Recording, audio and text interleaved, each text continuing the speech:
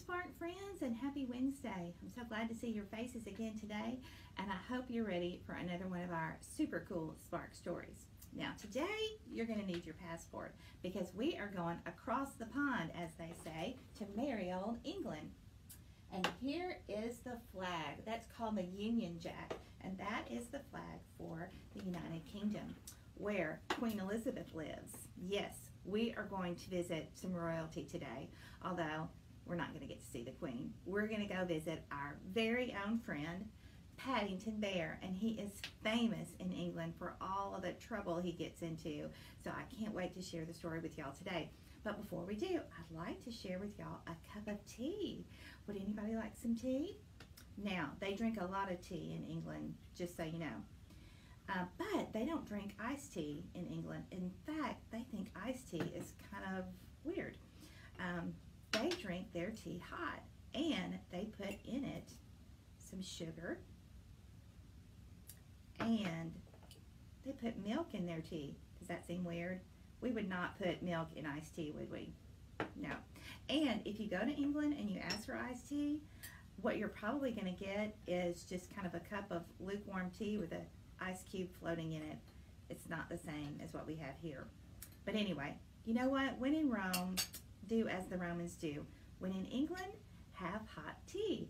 Also, something really fun that they have in England to go with their tea are these really cool cookies. Now, this is shortbread, and one bite of this and you'll think you're just eating butter. It is so good. These things are so good. Okay, so one of my friends knows that I like all things English, and so for Christmas, she gave me a tin of English shortbread cookies, and I am still enjoying them. They are so good. Okay, so we've got our tea ready. Let me show you some of the things that I brought from home that represent England.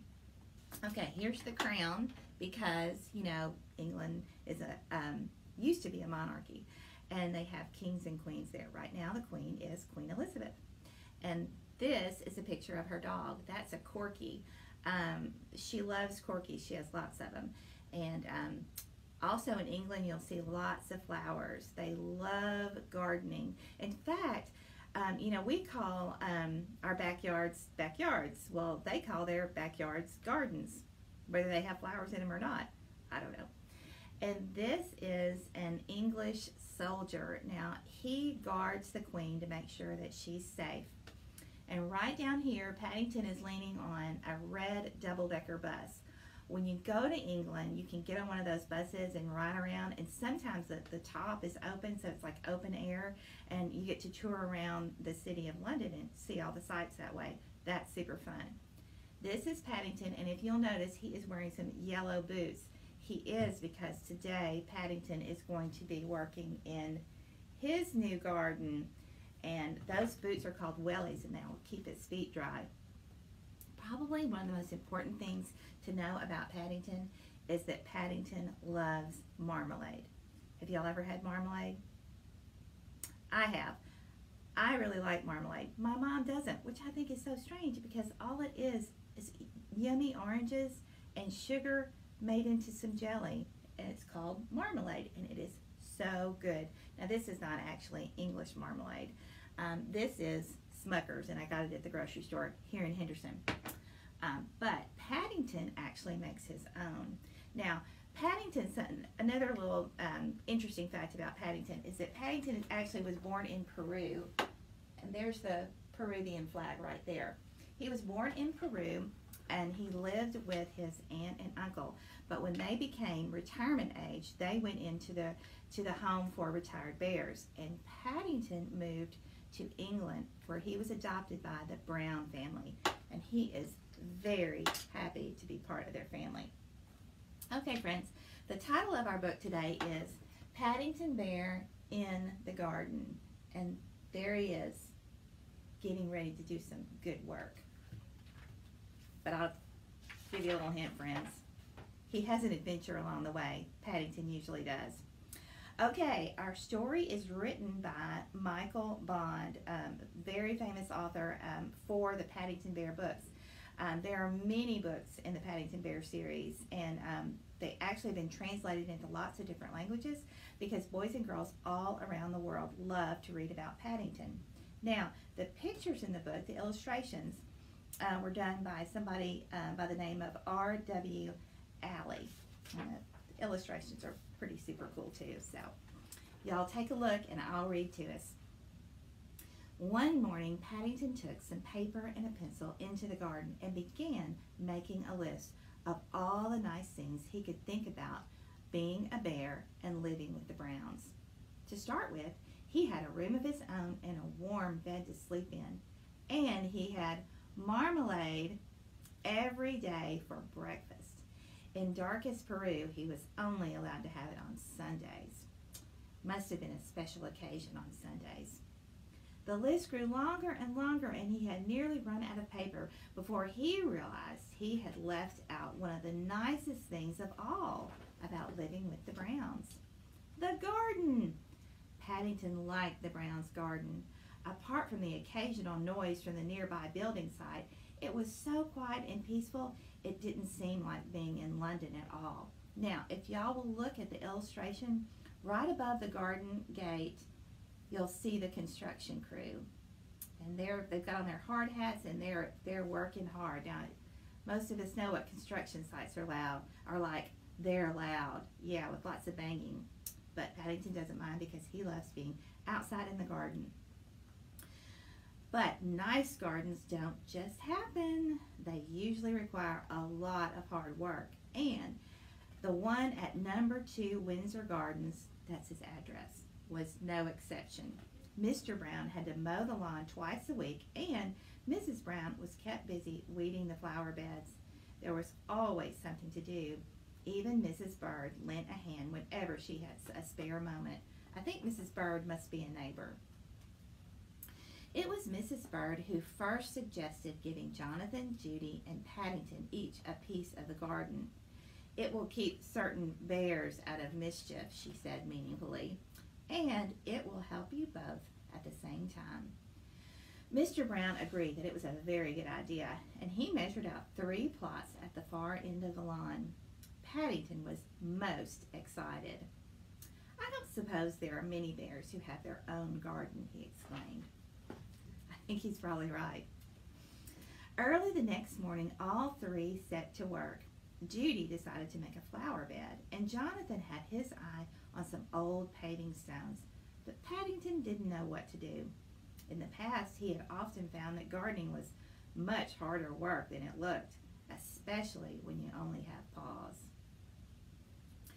In the end, armed with a jar of Mrs. Bird's homemade marmalade, he borrowed Mrs. Brown's wheelbarrow and set off to look for some ideas.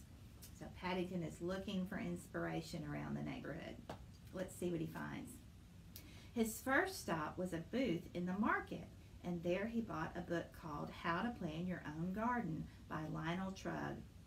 The book came complete with a large packet of assorted seeds, and if the picture on the front cover has anything to go by, gardening must be very relaxing.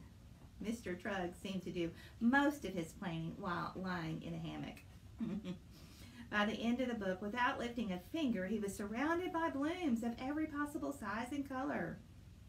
Paddington decided it was a very good value indeed, especially when the owner of the booth gave him 2 pence change. Now, remember, Paddington lives in London, so the money there is English money. A pence is kind of like a penny in the United States. Mr. Trugg's book was full of useful hints and tips, and Paddington couldn't wait to try some of them out.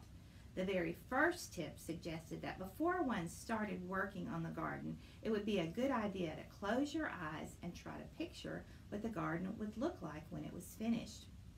Having walked into a lamppost by mistake, Paddington decided to read another page or 2, and there he found a much better idea.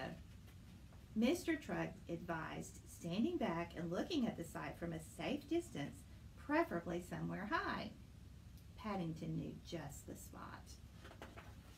Call me crazy, but I think he's headed to the building site. Let's see. By the time Paddington reached the building site near the Browns' house, it was the middle of the morning, and the men were all at their tea break. Now, tea break is, like what we're having right now. It's kind of like snack time for grown-ups, and it's really yummy. I may just have to move to England. I don't know. We'll see. Placing his jar of marmalade on a wooden platform for safekeeping, he sat on a pile of bricks for a rest while he considered the matter. There was no one around. And there was a ladder nearby. Oh no, what's he going to do? Mr. Trugg was quite right. The Browns' garden did look very different from up on high. Paddington climbed up the ladder. He was probably not supposed to do that. Judy was digging away in her patch of ground, and not far away, Jonathan was trying to break a paving stone in two. Just then, Paddington heard the sound of an engine starting, and, standing well back in case Mrs. Bird saw him, he peered through a gap in the boards. As he did so, his eyes nearly popped out. On the ground just below him, a man was emptying a load of concrete on the very spot where Paddington left his jar of marmalade. Oh no! Call me crazy, friends, but I don't think concrete and marmalade would taste good together. I hope Paddington gets there in time. Paddington scrambled back down the ladder as fast as his legs would carry him, reaching the bottom just as the foreman came around the corner. "Anything wrong?" asked the man. "You look upset." "My jar's been buried," exclaimed Paddington hotly, pointing to the pile of concrete. It had some of Mrs. Bird's best golden chunks in it, too. The foreman called his men together. "There's a young little gentleman bear here who's lost some very valuable chunks," he said urgently. "Better get cracking." "I won't ask how the jar got there," he said, turning to Paddington, as the men set to work, clearing the concrete into small piles. "Nor will I ask what you were doing up the ladder." "I'm glad of that," said Paddington politely, raising his hat. Suddenly there was a whirling sound, and somewhere overhead, and to Paddington's surprise, the platform landed at his feet. "My marmalade!" he exclaimed thankfully. "Your marmalade?" repeated the foreman, staring at the jar. "Did you say marmalade?" "That's right," said Paddington. "I put it there ready for my elevensies." That's another word for tea time. "It must have been taken up by mistake. Now the top's come off." "Oh no, friends.